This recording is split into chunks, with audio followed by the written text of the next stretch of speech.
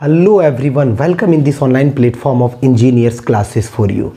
दोस्तों, जैसा कि मेरे चैनल पे कंटिन्यू जो है वो आपका जेएसएससी जेई के लिए, जो जेएसएससी जेई में जनरल इंजीनियरिंग का सेक्शन है तो उसमें मैकेनिकल इंजीनियरिंग वाला सेक्शन कंटिन्यू डिस्कस कर रहे हैं, है ना, जिसमें ऑलरेडी जो है बहुत सारा लेक्चर अपलोड हो चुका है। तो आप ज़रूर ये लेक्चर, क्योंकि आपके लिए काफ़ी बेनिफिशियल होगा जब आप जेएसएससी का एग्ज़ाम देने जाएंगे, क्योंकि 25-26 मार्क्स का एक अप्रॉक्स लेकर के चले तो मैकेनिकल सेक्शन से पूछा जाएगा, है ना। तो ये मैकेनिकल इंजीनियरिंग स्टूडेंट के लिए भी बेनिफिशियल होगा, साथ ही साथ सिविल इलेक्ट्रिकल के लिए भी काफ़ी बेनिफिशियल होगा, क्योंकि सभी के लिए कॉमन पेपर होगा और जिसमें ये नोटिफिकेशन में एक्सप्लेन किया हुआ है कि एक जनरल इंजीनियरिंग का सेक्शन होगा जो जिसमें 80 क्वेश्चंस पूछे जाएंगे, एक क्वेश्चन 3 मार्क्स के होंगे, है ना। तो उसी सीरीज को आगे बढ़ाते हुए आज अब हम आगे का थर्मोडायनेमिक्स डिस्कस कर रहे हैं, तो थर्मोडायनेमिक्स का कुछ और भी नेक्स्ट क्वेश्चन डिस्कस करेंगे। चलिए अब स्टार्ट करते हैं।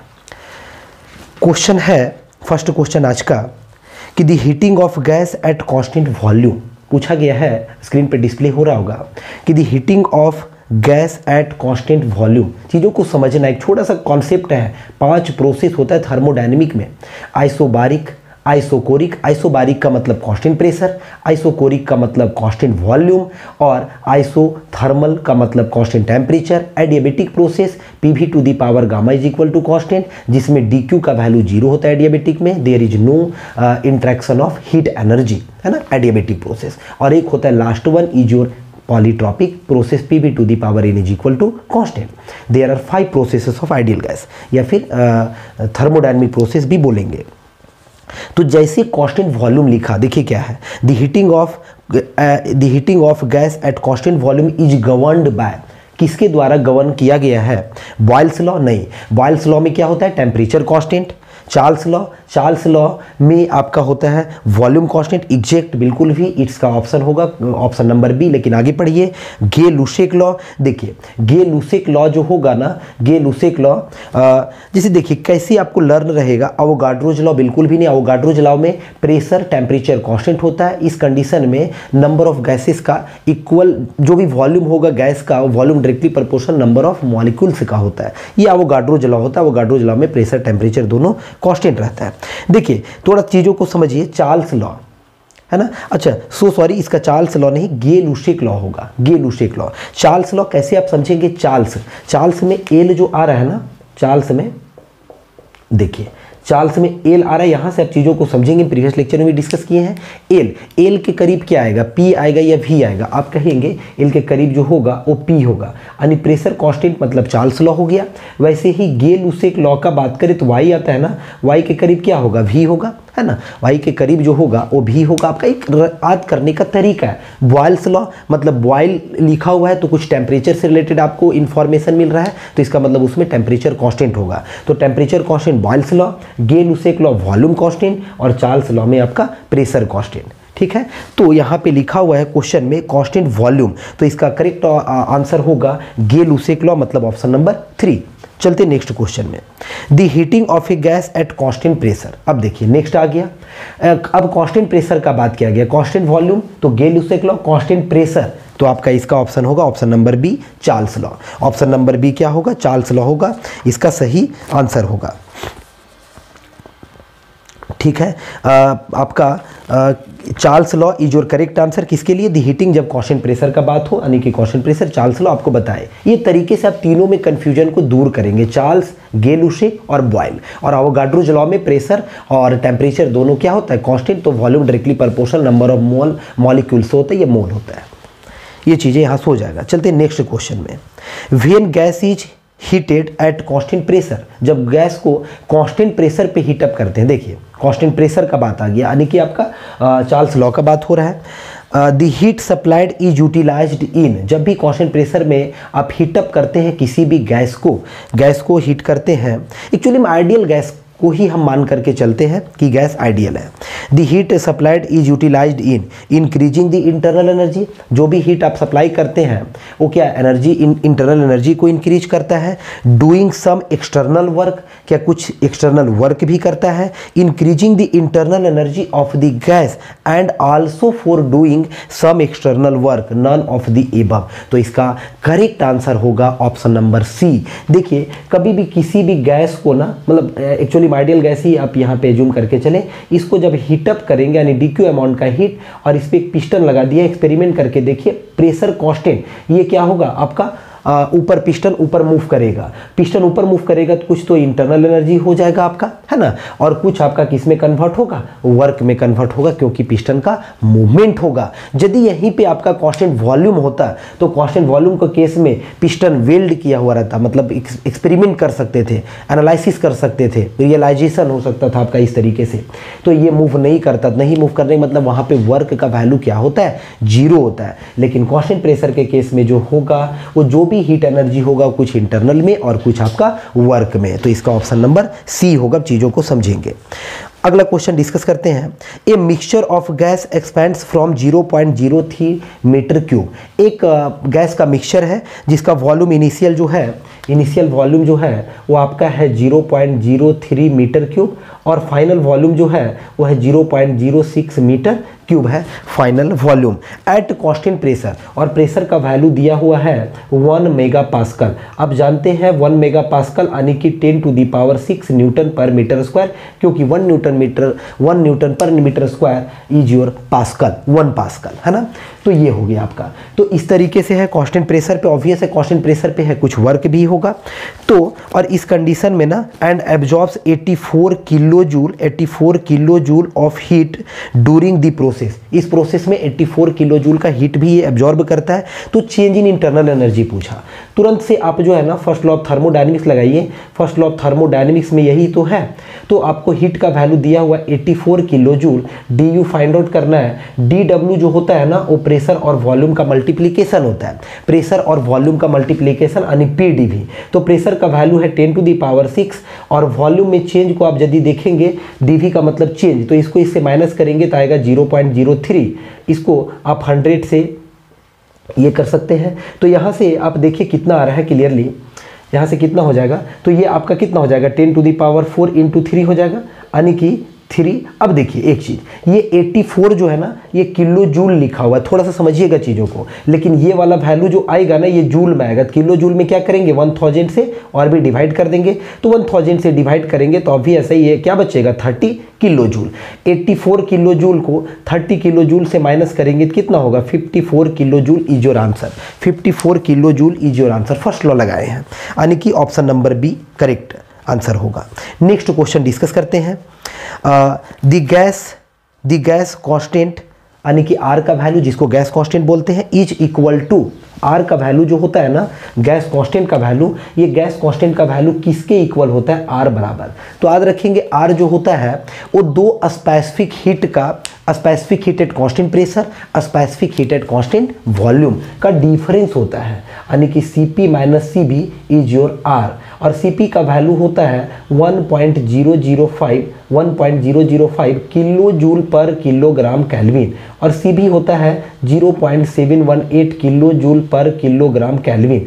ये specific heat at constant pressure, specific heat at constant volume. जब भी आप गैस को हीटअप कर रहे हैं, जब भी आप कभी गैस को हीटअप करें कांस्टेंट प्रेशर पे तो Cp आएगा, और जब भी गैस को आप हीटअप करें कांस्टेंट वॉल्यूम पे तो क्या आएगा, तो उस कंडीशन में आपका Cv आएगा, उस कंडीशन में आपका Cv आएगा मेरे प्यारे दोस्तों। तो यहाँ पे ये पूछा गया इस क्वेश्चन में कि the gas constant R is equal to the, खाली जगह है, क्या होगा, सम होगा, डिफरेंस होगा, प्रोडक्ट होगा, रेशियो होगा, किसका, टू स्पेसिफिक हिट्स का। तो यहाँ पे आपको हम क्लियर करके बता दिए टू स्पेसिफिक हीट का डिफरेंस होगा एक्चुअली में, क्योंकि Cp माइनस Cv है। कभी ऐसा भी पूछ सकता है जो कि प्रीवियस लेक्चर में ऑलरेडी डिस्कस किए हैं कि किसका वैल्यू बड़ा होता है, Cp का या Cv का। तो यहाँ से आप लगा सकते हैं क्योंकि एक 1 है, एक 0.718 है, तो इसका मतलब है Cp का ग्रेटर होगा किससे, Cv से। Next question, the heating and expanding of A gas, मतलब गैस को हीट करना heating and expanding of A gas is called thermodynamic system. क्या हीटिंग करना और एक्सपेंडिंग होना थर्मोडायनेमिक सिस्टम कहलाता है? बिल्कुल भी नहीं, कोई रिलेशन नहीं है। यानी इसका एस या नो था इसमें, तो इसका क्या होगा करेक्ट? नो होगा। इसमें जो करेक्ट होगा वो आपका होगा नो आपका करेक्ट होगा। आगे बढ़ेंगे। When the gas is cooled eight constant pressure, जब गैस को आप कभी भी ना कांस्टेंट प्रेशर पे कूल करते हो। When the gas is cooled eight constant pressure, समझिए कूल करना मतलब टेम्परेचर घटेगा, तो उस कंडीशन में क्या होगा? कांस्टेंट प्रेशर पे, लेकिन है ना, तो कांस्टेंट प्रेशर में कूल करेंगे तो क्या होगा? टेम्परेचर घटेगा, यानी कि कॉन्ट्रैक्शन होगा, आप कह सकते हैं यहाँ। Its temperature increases volume. देखिए जब कूल कर रहे हैं तो टेम्परेचर इंक्रीज नहीं करेगा, फर्स्ट ऑप्शन एलिमिनेट होगा। Volume increases, temperature decreases, temperature decrease करेगा, ये क्लियर है। सी ऑप्शन में है कि बी भी नहीं होगा, सी ऑप्शन में है both temperature and volume increase, temperature और वॉल्यूम दोनों इंक्रीज करेगा। अब देखिए जब भी प्रेशर कांस्टेंट का बात होगा, तो यहाँ से आप एक क्लियरली बता सकते हैं कि कांस्टेंट प्रेशर का बात हो, है ना, तो कांस्टेंट प्रेशर में क्या होगा? P V is equal to M R T. Pressure constant होगा, वॉल्यूम डायरेक्टली प्रोपोर्शनल टेम्परेचर, यानी वॉल्यूम डायरेक्टली प्रोपोर्शनल टेम्परेचर का मतलब वॉल्यूम भी बढ़ेगा, टेम्परेचर भी बढ़ेगा जब कूलिंग नहीं हीटिंग होता। लेकिन यहाँ पे कूल किया जा रहा है, यानी कि वॉल्यूम भी घटेगा, टेम्परेचर भी घटेगा। तो यहाँ पे देखिए सी ऑप्शन में बोथ टेम्परेचर इंक्रीज नहीं करेगा, both temperature and volume decreases. D option आपका सही होगा, दोनों डिक्रीज करेगा क्योंकि कूल लिखा हुआ है।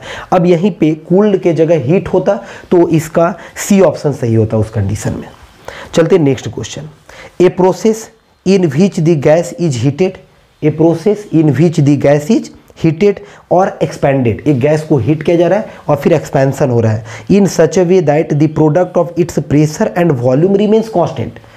प्रोडक्ट लिखा है, किसका प्रोडक्ट? तो लिखा हुआ है कि प्रोडक्ट आपका प्रेशर का और प्रोडक्ट आपका वॉल्यूम का कांस्टेंट रहे। जब भी आप हीटअप करें तो दोनों का प्रोडक्ट ऑलवेज कांस्टेंट हो। कहने का मतलब 1 पॉइंट का वॉल्यूम प्रेशर, 1 पॉइंट का वॉल्यूम, 2 पॉइंट का प्रेशर, 2 पॉइंट का वॉल्यूम, 3 पॉइंट का प्रेशर, यानी कि प्रोसेस हो रहा है, स्टेट में चेंजेस आ रहा है, लेकिन दोनों का प्रोडक्ट ऑलवेज क्या है? कांस्टेंट है। तो इसको क्या बोलेंगे? आइसोथर्मल प्रोसेस बोलेंगे, बिल्कुल 100% करेक्ट। इसी प्रोसेस को बोला जाता है PV is equal to constant isothermal process. और PV to the power gamma is equal to constant adiabatic process, PV to the power N is equal to constant polytropic process, P is equal to constant isobaric process और V is equal to constant isochoric process. दोस्तों आपको हम सब चीज़ बताते हुए आगे बढ़ रहे हैं कॉन्सेप्ट के साथ। तो PV is equal to constant isothermal process, पहला ऑप्शन करेक्ट है। आगे भी पढ़ते हैं।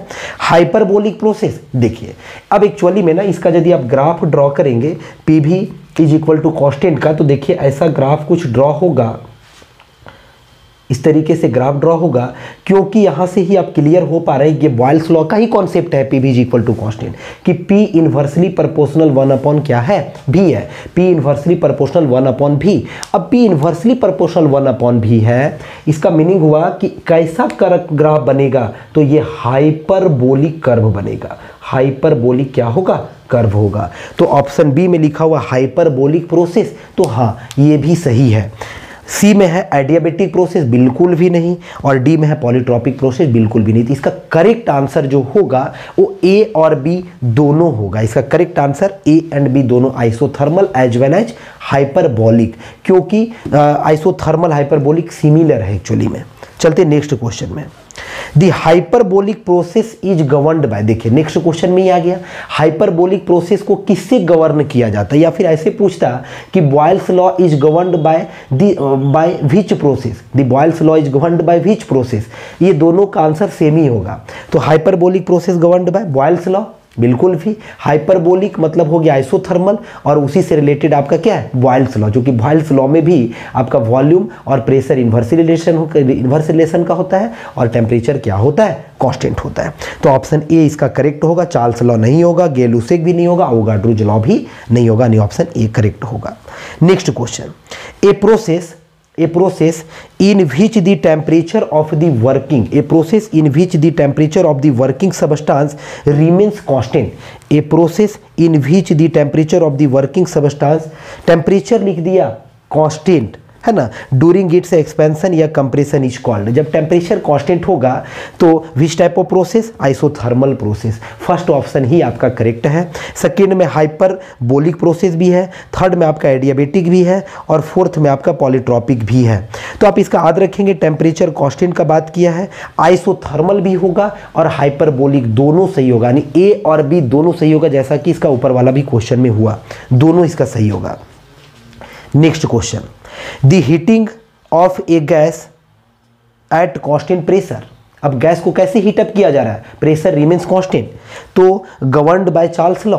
क्या ये इसको गवर्न किया जाता है चार्ल्स लॉ से?